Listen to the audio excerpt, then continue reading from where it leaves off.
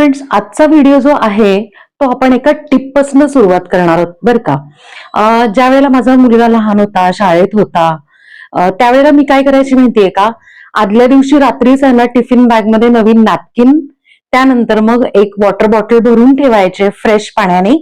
आणि दुसरी गोष्ट म्हणजे जो स्नॅक्सचा टिफिन असतो किंवा स्नॅक्सचा सेक्शन असतो ना, तो पण मी भरून ठेवायचे. म्हणजे सकाळचा जो वेळ आहे आपल्या घाई गडबडीचा असतो तो वाचतो यासाठी. बर, हाय फ्रेंड्स, मी Sampada. Welcome to Sam's kitchen. Friends, आज आपण आहे ना कडधान्याची भाजी देणार आहोत. आता तुम्हाला विचार येईल थोडासा मनात की कडधान्याची भाजी कशी असू शकते, उसळ असू शकते. पण ना हेच थोडंसं कन्फ्युजन आहे. तर ते ज्या वेळेला आपण भाजी करू ना त्यावेळेला मी आहे ना व्हिडिओमध्ये सांगितलेलं आहे. सो नक्की पूर्ण व्हिडिओ बघा. आणि दुसरी जी आपली स्नॅक्सची रेसिपी आहे ती स्पेशली आहे ना कोकणातली आहे. आज आपण आहे ना टिफिन मध्ये मटकीची भाजी आणि लाल भोपळ्याची कापं देणार आहोत. तर फ्रेंड्स, इथे मी आहे ना मटकी जी आहे तर ती घरीच आहे ना भिजवून मोड आणून त्याला ना थोडीशी हळद टाकून एक शिट्टी करून आहे ना छान वाफवून घेतलेली. जेवढी पाहिजे तेवढी तुम्ही क्वांटिटी घेऊ शकता. त्यानंतर इकडे मी काय केलंय, लाल भोपळ्याचे जे वरचं साल असतं ते काढलेलं आहे आणि अशा पद्धतीने किंचित जाडसर अशी कापं केलेली आहेत. आता सुरुवातीला काय करायचं आपल्याला की लाल भोपळ्याची जी ही कापं आहेत ना तर ती मॅरिनेट करून ठेवायची. मॅरिनेट म्हणजे ना त्याला थोडासा मसाला वगैरे आहे ना तर ते लावून ठेवायचं. म्हणजे काय होतं की थोडंसं मुरतं. एका प्लेटमध्ये असे पसरून ठेवले ना की त्याच्यावर थोडस असं लिंबाचा ना रस पिळून घ्यायचा. लाल मिरची पावडर तुम्हाला जेवढं तिखट पाहिजे तेवढं त्या पद्धतीने अशा हाताने स्प्रेड करायचं. थोडस मीठ. आता काय करायचंय की फक्त असं हाताने आहे ना थोडस स्प्रेड करायचं. उलटे पलटे करून आहे ना परत दुसऱ्या साईडने थोडस मीठ आणि लाल मिरची पावडर टाकून द्यायचं. आपण सगळ्यांना पीसेसला सगळ्यांना स्प्रेड करून घेतलेला आहे. आता 10 मिनिटं आपण आहे ना हे जे प्लेट आहे ती अशीच ठेवूयात म्हणजे मसाला तो छान उतरेल. इथे आपण आहे ना मटकीच्या भाजीसाठी कांदा घेणार आहोत. बरं, कांदा घेताना ना थोडा मोठा घ्यायचा किंवा मग 2 मीडियम घेतले ना तरी चालेल. जेवढा कांदा जास्त असेल ना तेवढी आहे ना उसळ अजिबात आहे ना टिफिन मधली कोरडी पडत नाही. कांदा आपण पूर्ण चिरून घेतलेला आहे. हे बघा, एवढ्या मटकीला जवळजवळ आपण आहे ना अर्धा ते पाऊण बाउल कांदा घेतलेला आहे. म्हणजे मग आपली जी मटकीची भाजी जी आहे तर ती कोरडी पडत नाही. इथे ना आपण छोट्या कढईत आहे ना एक छोटा डाव तेल घातलंय. त्यात आता अर्धा चमचा मोहरी.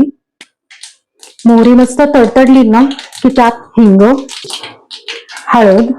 आता आपण आहे ना त्याच्यात कांदा घालूया. कांदा सगळा घातला की 50 ते 60% आहे ना आपल्याला शिजवायचा आहे. अजिबात असं लालसर करायचं नाही. लालसर करायला गेलं ना की काय होतं की कांद्यामधलं जे पाण्याचा अंश आहे ना तर तो आहे ना पुष्कळ कमी होतो आणि मग काय होतं की आपली जी भाजी आहे मटकीची तर ती कोरडी लागेल यासाठी. तर आता अगदी 1 ते 2 मिनिटं आपण आहे ना परतून घेऊयात छान. फ्रेंड्स, तुम्हाला माहितीये का की आपण आहे ना या मटकीच्या याला आपण भाजी म्हणलोय, उसळ म्हणलो नाहीये. कारण भाजी ही ना कोरडी असते. कोरडी म्हणजे काय तर त्याला आहे ना पाणी नसतं आणि उसळीला पाणी असतं कारण ती पातळ असते. म्हणून आपण आहे ना या मटकीच्या याला आपण भाजी म्हणालेलो आहोत. आता इकडे काय माहितीये का की कांदा जो आहे तो आपला ट्रान्सपरंट झाला आणि तुम्ही बघू शकताय की इतका मस्त पैकी आहे ना त्याला तो जो अंश असतो पाण्याचा तो तसाच आहे. आता त्यात ना आपण चवीप्रमाणे मीठ घालून घेणार आहोत. आता त्यात ना ही उकडून घेतलेली मटकी. आता त्यात हा सब्जी मसाला जो असतो ना आपला एव्हरेस्टचा तो घातलाय आणि हलका अगदी लाल मिरची पावडर. अर्थात काय ना लाल मिरची पावडर ऑप्शनल आहे. तुम्हाला नको असेल फक्त एवढाच एक सब्जी मसाला घातला ना तरी चालेल. आता काय करायचंय, अगदी 1-2 मिनिटं आपण आहे ना छानपैकी ही मटकीची भाजी जी आहे ती आपण आहे ना छान परतून घेऊयात. 1 मिनिट परतून झाली की लो फ्लेमवर फक्त 1 मिनिट छान वाफ काढू. म्हणजे काय होतं की त्यातला जो मसाला आहे ना त्याचा फ्लेवर बरोबर उतरतो. वाफ आली की आपण झाकण काढून चेक करूया. हे बघा, ऑटोमॅटिकच आहे ना वाफवल्यावर त्याला छानपैकी आहे ना पाणी सुटलंय. आता फायनली काय करायचंय की बारीक चिरलेली आपण कोथिंबीर याच्यात घालूया आणि परत एकदा मिक्स करून गॅस बंद करून आहे ना ही जी भाजी आहे ती गार करून घेऊयात. आता इकडे आपण आहे ना तवा ठेवलेला आहे. आपल्याला लाल भोपळ्याची कापं करायची. त्यासाठी आपण आहे ना 2 ते 3 चमचे असं तेल सगळीकडे घालून घेऊयात, म्हणजे मग सगळी कापं आपल्याला ठेवून घेता येईल ह्याच्यात. फ्रेंड्स इथे आहे ना आपलं तेल तापतंय. एका प्लेटमध्ये मी ना इकडे बारीक रवा घेतलेला आहे. आता काय करायचंय की एक प्रत्येक आहे ना तुकडा जो आहे तो असा छानपैकी आहे ना गोळवून घ्यायचा आहे. बघा सगळीकडे असा छान रवा लागला की हा जो तुकडा आहे तो ह्याच्यावर ठेवून घ्यायचा. अशा पद्धतीने आपण आहे ना बाकीचे सगळे जे लाल भोपळ्याचे जे कापा आहेत ना तर ते रव्यामध्ये छान गोळवून ह्याच्यावर ठेवून घेऊयात. सगळी कापं आहेत ना आपण ठेवून घेतलेली आहेत. आता काय करायचं तेल आहे ना बऱ्यापैकी आहे ना बऱ्याच वेळा काय होतं की आहे ना असं कोपऱ्यांमध्ये साठतं. सो असा तवा थोडासा हलवून घ्यायचा, म्हणजे काय होतं की सगळीकडे स्प्रेड होतं. आणि लो फ्लेमवर आहे ना कापं कायम भाजायची, म्हणजे काय होतं की मस्तपैकी आतूनही ती छान शिजतात, खुसखुशीत होतात, एकदम कुरकुरीत होतात. एखाद मिनिटांनी काय करायचंय की तवा बरोबर अशा पद्धतीने फिरवायचा, म्हणजे काय होतं की हीट जी आहे ती बाकीची जे कापं आहेत त्यांना सुद्धा व्यवस्थित लागते.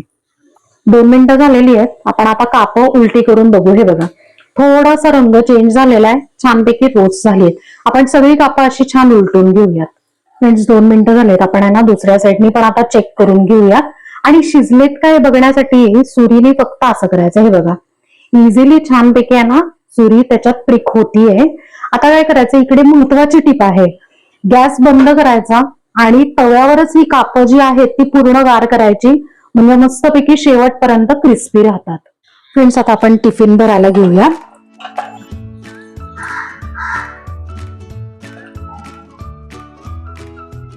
फ्रेंड्स इथे आपण आहे ना आपली मटकीची भाजी जी आहे पूर्ण गार झालीये ती भरून घेऊया.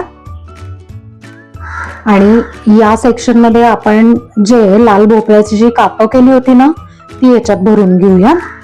आणि फायनली इथे आपण पोळी अशी रोल करून याच्यात ठेवलेली आहे. अशा पद्धतीने आपला मस्त असा आजचा पौष्टिक टिफिन आपण भरून घेतलेला आहे. काय फ्रेंड्स, कसं वाटलं आजचा तुम्हाला व्हिडिओ? आहे ना मस्त एकदम.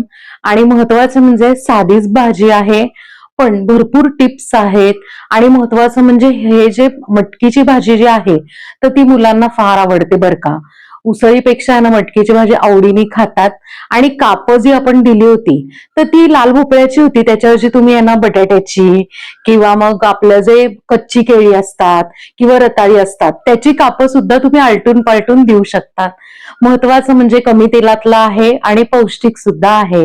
सो नक्की या रेसिपीज करून बघा आणि मला कमेंटमध्ये सांगा. आपल्या चॅनलला सबस्क्राईब करा, लाईक करा, शेअर करा आणि कमेंट करा. थँक्यू.